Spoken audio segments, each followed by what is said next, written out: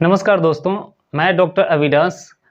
आज की इस वीडियो में भी एक ट्रांसलेशन पर ही बात करने जा रहा हूं। हालांकि इस ट्रांसलेशन नॉर्मल दिखता है पर ये है नहीं।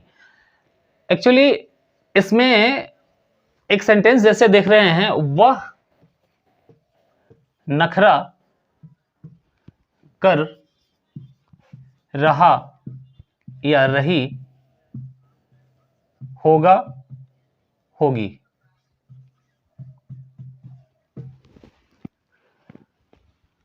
सेंटेंस आसान सा दिख रहा है। नखरा करने की अंग्रेजी होती है कॉकेट। नखरा करना मुख्य क्रिया है। अब यहां कंफ्यूजन इसलिए होता है, हालांकि ये सेंटेंस सिंपल लग रहा है, सब्जेक्ट है, मेन वर्ब है और तो कुछ है नहीं, आईएनजी जोड़ देंगे काम हो जाएगा। लेकिन किसके साथ कहां आईएनजी जोड़ेंगे? एक्चुअली कंफ्यूजन बहुधा मैंने कुछ जगहों पे देखा है, उन्हें कंफ्यूजन है कि ये गागे गी लगा हुआ है, तो यह सेंटेंस जो है वो एक्चुअली फ्यूचर का है। मैं एक्चुअली इस सेंटेंस को इसीलिए लिया है मैंने, ताकि आपका यह कंफ्यूजन दूर कर सकूं कि यह सेंटेंस जो है यह फ्यूचर का नहीं है, यह प्रेजेंट का सेंटेंस है। और ये प्रेजेंट का सेंटेंस है तो आप कहेंगे प्रेजेंट का कैसे होगा? तो ये प्रेजेंट का इसलिए है कि वह नखरा कर रही होगी या रहा होगा, या अभी सोच रहा है कोई व्यक्ति, यानी उसके दिमाग में ये चल रहा है कि ये चीज अभी हो रही है। ये फ्यूचर का एक्शन तो नहीं हो सकता, क्योंकि फ्यूचर में होने की बात करेंगे मतलब होगा। तो ऐसा नहीं है कि ये कह रहा हो कि वह नखरा करेगी। यह भविष्य की योजना नहीं है, यह तो वर्तमान में ये योजना पे कार्यान्वयन हो रहा है। तो वह नखरा कर रही होगी, या इस तरह का जो भी सेंटेंस हो, इसको हम एक्सपेक्टेड कहते हैं, मतलब हम ये उम्मीद करते हैं। तो ये एक्सपेक्टेड एक्शन है। और इस तरह के एक्शन को बनाने के लिए हम जो स्ट्रक्चर का इस्तेमाल करते हैं वह है सब्जेक्ट प्लस मे या माइट प्लस बी और प्लस V4 का इस्तेमाल करते हैं। और अगर कुछ बच जाए, अदर वर्ड है, ऑब्जेक्ट है, जो भी है, तो वो आप लास्ट में ले लीजिए। ठीक है, तो ये जो है एक कंटिन्यूटी को शो कर लिया, आपका कंटिन्यूअस हो जाएगा। और ये मे और माइट का दोनों का इस्तेमाल होता है। तो किसका इस्तेमाल? तो ये प्रेजेंट में अगर है तो मे का इस्तेमाल कर लीजिए, और अगर पास्ट की एक्शन है, पास्ट में घटित हो रही होगी, मतलब हम अगर ये उम्मीद करें कि पास्ट में ऐसा कुछ हो रहा होगा, तो वह माइट आ जाता है। तो यहां अगर इसको हमको बनाना होगा तो यह सेंटेंस बनेगा ही या सी, जो आपकी इच्छा हो, जो जहां आपको कहना हो, ही सी मे बी, चूंकि ये अभी वर्तमान का मामला है, मे बी कॉकेटिंग।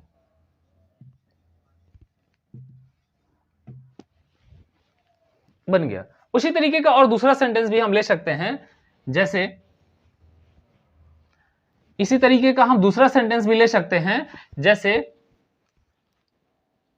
इस समय उसकी शादी हो रही होगी, उसकी शादी हो रही होगी, शादी हो रही होगी।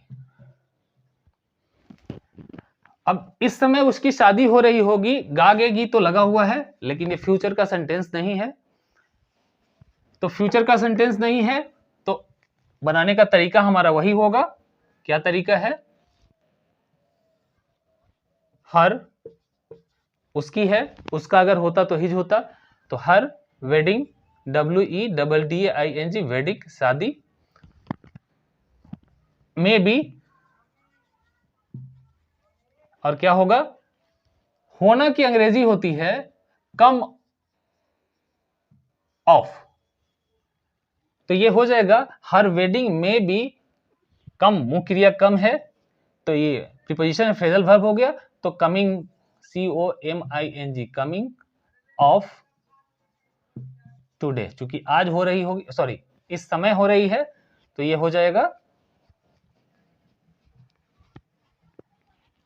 At this time, at this time. तो आप देख रहे हैं, इस समय उसकी शादी हो रही होगी, तो her wedding may be coming of at this time. ये आप यहां कंफ्यूज होइएगा, ये फ्रेजल वर्ब है। इस तरीके का जो भी आता है वो फ्रेजल वर्ब है, इस पे फिर कभी बात करेंगे। फिलहाल आप ये जाने कि कम ऑफ का मतलब होना होता है, और शादी के केस में हम ये कमिंग ऑफ का इस्तेमाल, कम ऑफ का ही इस्तेमाल करेंगे। तो her wedding may be coming of at this time. और अगर आपको माइट का इस्तेमाल कर रहा हो, जैसे मान लिया कल मेरा भाई इस समय पढ़ रहा होगा,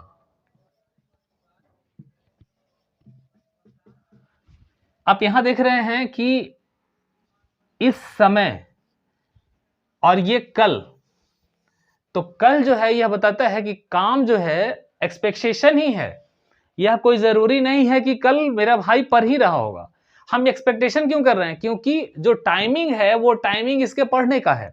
सपोज कीजिए वो स्कूल में रहता है तो स्कूल में तो पढ़ाई होती है, या अगर कहीं कोचिंग में पढ़ाई होती है तो ये टाइमिंग जो है वो पढ़ाई का है। हो सकता है उस दिन नहीं गया हो, अब्सेंट हो सकता है किसी और काम से चला गया हो, तो ये कोई जरूरी नहीं है कि ये हो ही रहा होगा, लेकिन हम उम्मीद कर रहे हैं क्योंकि जनरल एक्टिविटी उसकी यही है। तो उस स्थिति में क्या करेंगे, इसको बनाना होगा तो my brother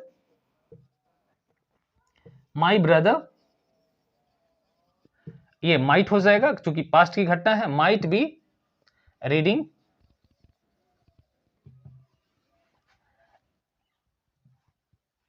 at this time yesterday।